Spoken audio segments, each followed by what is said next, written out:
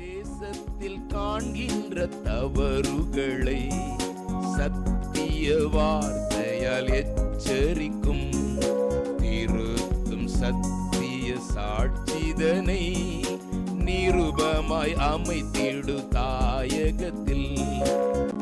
உங்கள் வெளிச்சம் பிரகாசிக்க வேண்டும் என்றே சொல்லியிருக்க. இயேசு கிறிஸ்துவின் மகோன்னதமான நாமத்தில் உங்களுக்கு அன்பின் வாழ்த்துக்கள். பரிசுத்த வேதாகமத்தில் சங்கீத புஸ்தகம் 1ஆம் அதிகாரம் 6ஆம் வசனத்தில் நாம் இவ்விதமாய் வாசிக்கிறோம். கர்த்தர் நீதிமான்களின் வழியை அறிந்திருக்கிறார், துன்மார்க்கரின் வழியோ அழியும். அறிந்திருப்பதின் அர்த்தம் புரிந்து கொள்வது அல்லது தெரிந்திருப்பது என்று அர்த்தமாம். ஆண்டவர் சர்வ ஞானி மற்றும் சர்வமும் அறிந்தவராய் இருப்பதின் காரணம் அவருடைய பார்வைக்கு மறைவான ஒரு காரியமும் இல்லை.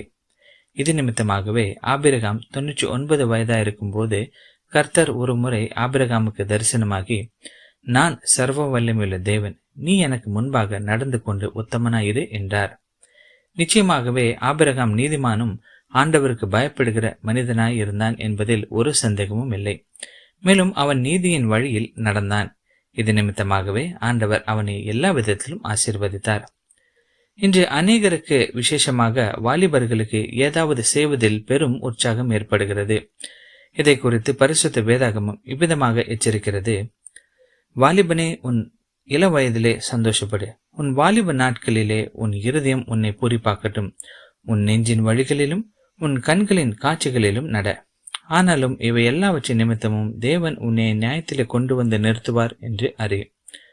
நீ உன் இருதயத்திலிருந்து சஞ்சலத்தையும் உன் மாம்சத்திலிருந்து தீங்கியும் நீக்கி போடு.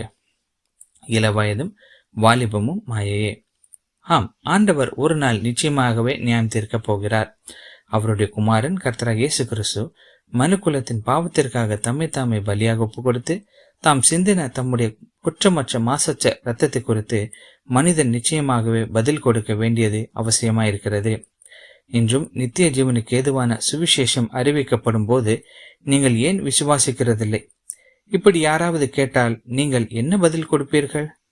உங்களுடைய நடை, பேச்சு இவையெல்லாம் ஆண்டவருக்கு மறைவாய் இருப்பதில்லை. யாரெல்லாம் அவர் மேல் விசுவாசம் வைக்கிறார்களோ அவர்கள் எல்லாரும் நீதிமான்களாக தீர்க்கப்படுகிறார்கள். மேலும் ஆண்டவர் அவர்களை நீதியின் வழியில் நடத்தி செல்கிறார். ஆனால் யாரெல்லாம் துன்மார்க்கருடைய வழியில் நடக்கிறார்களோ, மேலும் யாரெல்லாம் அவரை ஏற்றுக்கொள்ள மறுக்கிறார்களோ அவர்கள் எல்லாரும் நரகத்தில் போடப்படுவார்கள். பிரியமானவர்களே, ஆண்டவர் நம்முடைய வழியை அறிய வேண்டும் என்று உங்களுக்கு தோன்றவில்லையா? சரியான வழியை தேர்ந்தெடுக்கும்படி ஆண்டவர் தாமே உங்களுக்கு உதவி செய்வாராக. ஆமேன்.